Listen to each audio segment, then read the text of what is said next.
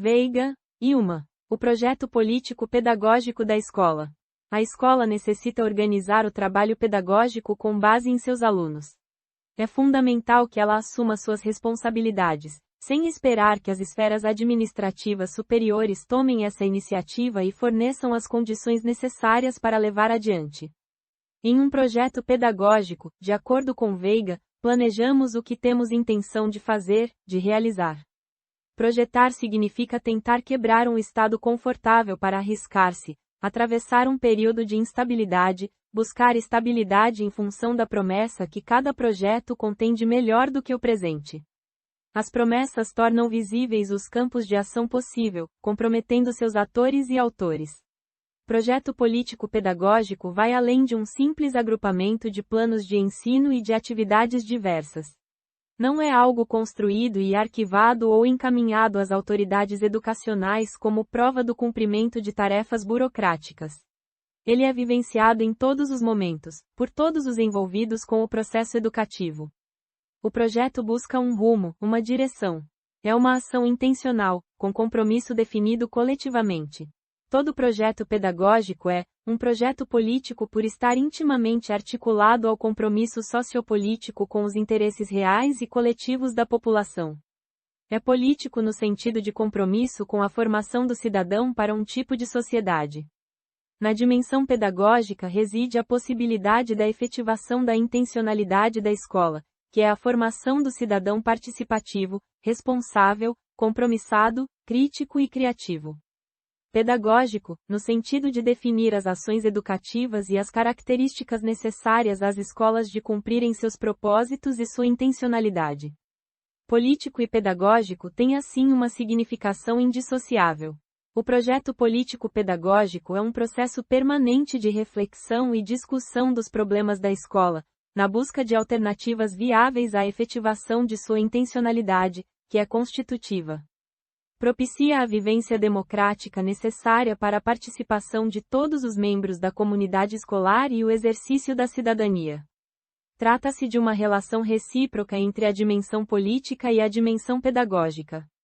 O projeto político-pedagógico preocupa-se em instaurar uma forma de organização do trabalho pedagógico que supere os conflitos, buscando eliminar as relações competitivas, corporativas e autoritárias, romper com a rotina do mando impessoal e racionalizado da burocracia, diminuindo os efeitos fragmentários da divisão do trabalho que reforça as diferenças e hierarquiza os poderes de decisão.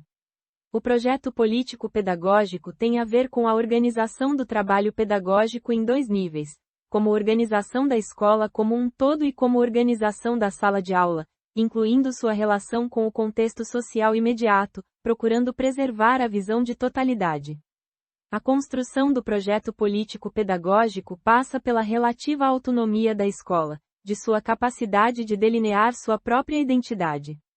Isto significa resgatar a escola como espaço público, lugar de debate, do diálogo, fundado na reflexão coletiva. O projeto político-pedagógico dará indicações necessárias à organização do trabalho pedagógico, que inclui o trabalho do professor. O projeto político-pedagógico tem que ser pensado em um contexto de luta, de correlações de força, às vezes favoráveis, às vezes desfavoráveis. Tem que nascer no chão da escola, com apoio dos professores e pesquisadores. Não poder ser inventado por alguém longe da escola. Se a escola nutre-se da vivência cotidiana, a administração central, seja o Ministério da Educação, a Secretaria de Educação Estadual ou Municipal, não podem definir um modelo pronto e acabado, precisam estimular inovações e coordenar as ações pedagógicas organizadas pela própria escola. As escolas necessitam receber assistência técnica e financeira decidida em conjunto com as instâncias superiores do sistema de ensino. Isso pode exigir, também, mudanças na própria lógica de organização das instâncias superiores, implicando uma mudança substancial na sua prática. Para que a construção do projeto político-pedagógico seja possível, não é necessário convencer os professores, a equipe escolar e os funcionários a trabalhar mais, ou mobilizá-los de forma espontânea, mas propiciar situações que lhes permitam aprender a pensar e a realizar o fazer pedagógico de forma coerente. A escola não tem mais possibilidade de ser dirigida de cima para baixo e na ótica do poder centralizador que dita as normas e exerce o controle técnico-burocrático. A luta é para a descentralização em busca de sua autonomia e qualidade. A organização do trabalho pedagógico da escola tem a ver com a organização da sociedade. A escola é vista como uma instituição social, inserida na sociedade capitalista, que reflete no seu interior as determinações e contradições dessa sociedade. A construção do projeto político-pedagógico parte dos princípios de igualdade, qualidade, liberdade, gestão democrática e valorização do magistério. A escola é concebida como espaço social marcado pela manifestação de práticas contraditórias, que apontam para a luta ou acomodação de todos os envolvidos na organização do trabalho pedagógico. Devemos analisar e compreender a organização do trabalho pedagógico, no sentido de se gestar uma nova organização que reduza os efeitos de sua divisão do trabalho, de sua fragmentação e do controle hierárquico. A construção do projeto político-pedagógico é um instrumento de luta, é uma forma de contrapor-se à fragmentação do trabalho pedagógico e sua rotinização, à dependência e aos efeitos negativos do poder autoritário e centralizador dos órgãos da administração central. 7 elementos básicos podem ser apontados: as finalidades da escola, a estrutura organizacional, o currículo, o tempo escolar, o processo de decisão, as relações de trabalho, a avaliação. Finalidades referem-se aos efeitos intencionalmente pretendidos e almejados das diferentes disciplinas curriculares, do conteúdo programático. É necessário decidir, coletivamente, o que se quer reforçar dentro da escola e como detalhar as finalidades para se atingir a almejada cidadania. É importante pensar se as finalidades são impostas por entidades exteriores ou se são definidas no interior do território social e se são definidas por consenso, por conflito, se a matéria é ambígua, imprecisa ou marginal. A escola deve assumir, como uma de suas principais tarefas, o trabalho de refletir sobre sua intencionalidade educativa. Nesse sentido, ela procura alicerçar o conceito de autonomia, enfatizando a responsabilidade de todos, sem deixar de lado os outros níveis da esfera administrativa educacional. Autonomia é importante para a criação de uma identidade da escola. Para ser autônoma, a escola não pode depender dos órgãos centrais e intermediários que definem a política da qual ela não passa de executora. Ela concebe seu projeto político-pedagógico e tem autonomia para executá-lo, avaliá-lo e assumir uma nova atitude de liderança e refletir sobre as finalidades sociopolíticas e culturais. Estrutura organizacional. A escola, de forma geral, dispõe de 2 tipos básicos de estruturas: administrativas, pedagógicas. As administrativas asseguram a alocação e a gestão de recursos humanos, físicos e financeiros. Fazem parte das estruturas administrativas todos os elementos que têm uma forma material: a arquitetura do edifício escolar, a maneira como ele se apresenta do ponto de vista de sua imagem, equipamentos, materiais didáticos, mobiliário, distribuição das dependências escolares e espaços livres, cores, limpeza e saneamento básico, etc. As pedagógicas determinam a ação das administrativas, organizam as funções educativas para que a escola atinja de forma eficiente e eficaz as suas finalidades. Referem-se às interações políticas, às questões de ensino-aprendizagem e às de currículo. Nas estruturas pedagógicas incluem-se todos os setores necessários ao desenvolvimento do trabalho pedagógico. A análise da estrutura organizacional da escola visa identificar quais estruturas são valorizadas e por quem, verificando as relações funcionais entre elas. Escola é uma organização orientada por finalidades, controlada e questões do poder.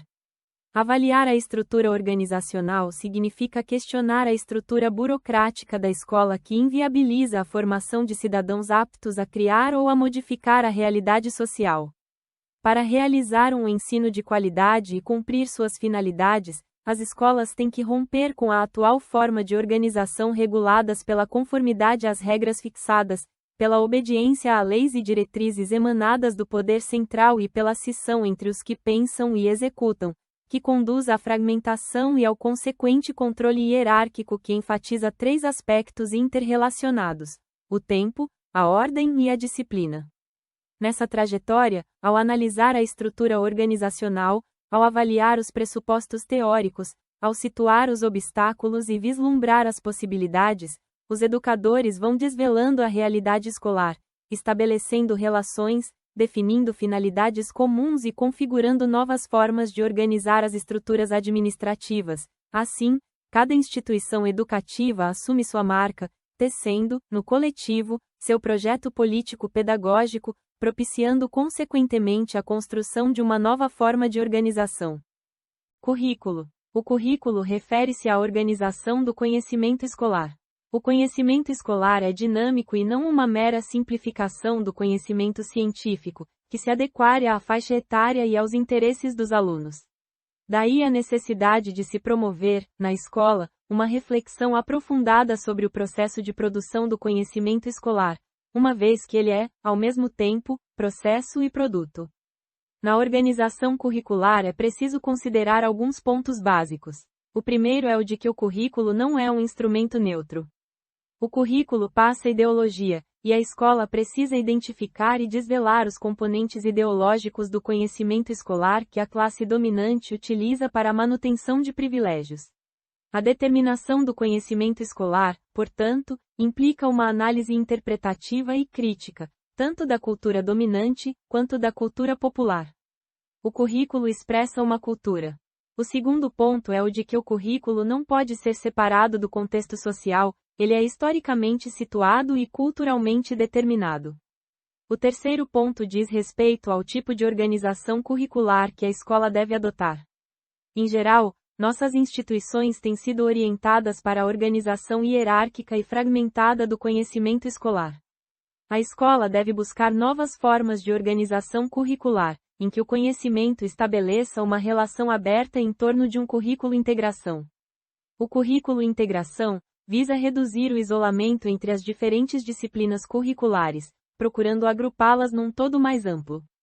Cada conteúdo deixa de ter significado por si só, para assumir uma importância relativa e passar a ter uma função bem determinada e explícita dentro do todo de que faz parte.